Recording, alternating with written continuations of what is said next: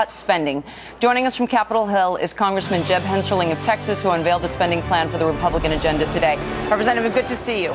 Thank you. Thanks for having me. So, you know what the big charge is going to be. You guys were in charge for 8 years, and under President Bush, you guys spent a lot of money. And so now you've lost a lot of credibility. What makes anybody believe you this time around when you say you're going to cut spending?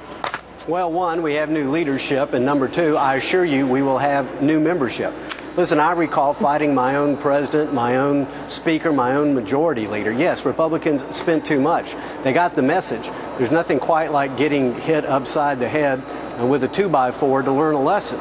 So there is a new agenda for America, things we can do today. I mean, this is a country that is obviously on the road to bankruptcy, and Democrats are pressing the accelerator. We should point out that we've put forth a plan that would, number one, roll spending back to the pre-bailout, pre-stimulus era.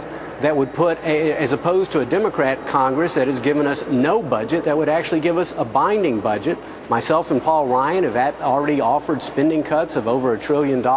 This puts us back on the path we need to go. We should just point out that we did invite somebody from the other side of the aisle, Representative Becerra. He canceled at the last minute, and the Democrats have not given us anybody at this point to come and join you to be from the other side of the aisle. Tell me this, they probably don't want to defend that spending record.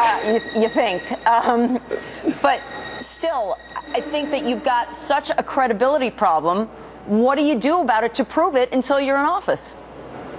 Well, again, what we're asking the American people to do is take a look. Again, this is new leadership. This is new membership. Every Republican voted against the stimulus bill that has helped cost us an additional 3 million jobs and has done nothing but stimulate additional debt and brought us the two first $1 trillion plus deficits in a row. I think our voting record shows that, again, this is a different group of Republicans. I acknowledge the mistakes of the past. Again, there was a number of us who fought our own party.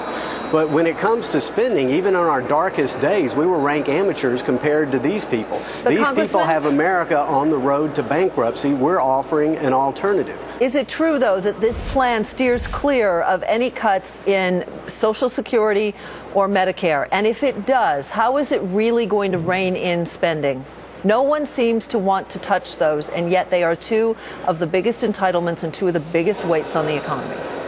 Well, I think it is important that we're going to have a national discussion about the future of our entitlement spending. The trustees of the Medicare and Social Security trust funds say eventually they're going broke. The American people are more conscious of the national debt and have a greater anxiety about it than ever. But ultimately, there's going to have to be an adult conversation between the American people and Congress, and frankly, between Republicans and Democrats. This is not a 10-year plan. This is not a party platform. This is a governing agenda for today.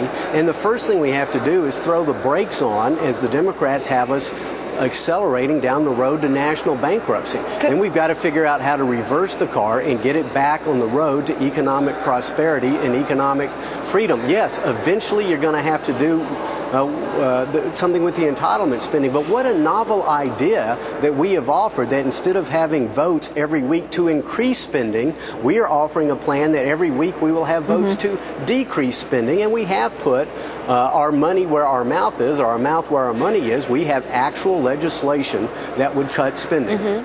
Congressman, how much does your pledge to America overlap with Tea Party themes, and where does it differ exactly? Well, I haven't looked at all the Tea Party themes. I will say this. Members of the Republican Party went home over the summer, held hundreds and hundreds of town hall meetings, and clearly a number of members of the Tea Party attended those parties. We listened carefully. America spoke out. This was not an agenda born in Washington. This was an agenda that was born in the heartland of America. It was born in all these town hall meetings. And at least from what I know about a lot of people in the Tea Party, they care about limited government, constitutional government, fiscal sanity, and saving the American dream for future generations. And frankly, I think that's reflected in this pledge to America. After the last round of primaries, there have been some pundits who have said the Tea Party will actually hurt the Republicans and destroy the Republican Party rather than help them. What's your opinion?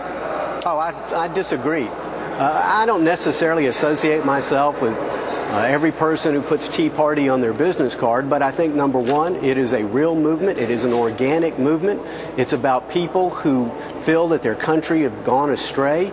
And I think it's in its totality, it's going to help the Republican Party, because we're seeing people who've never been involved in the political process before come out in droves because, again, they care about limited government, constitutional government, fiscal sanity, and the preservation of the American dream.